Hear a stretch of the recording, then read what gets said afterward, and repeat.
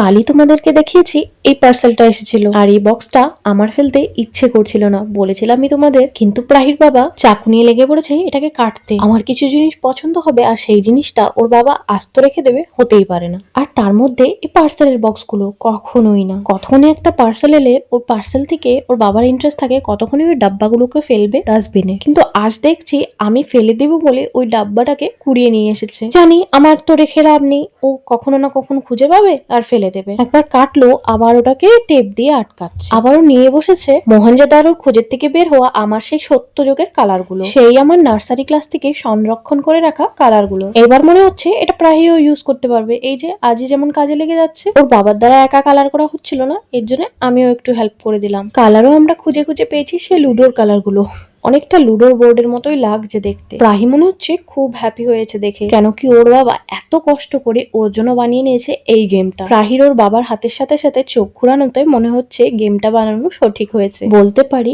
আজ প্রাহির বাবার এক অদ্ভুত পরিবর্তন দেখলাম। তোমাদের ওই পরিবর্তন আর গেমটা ভালো লাগলে অবশ্যই একটা লাইক করে দিও।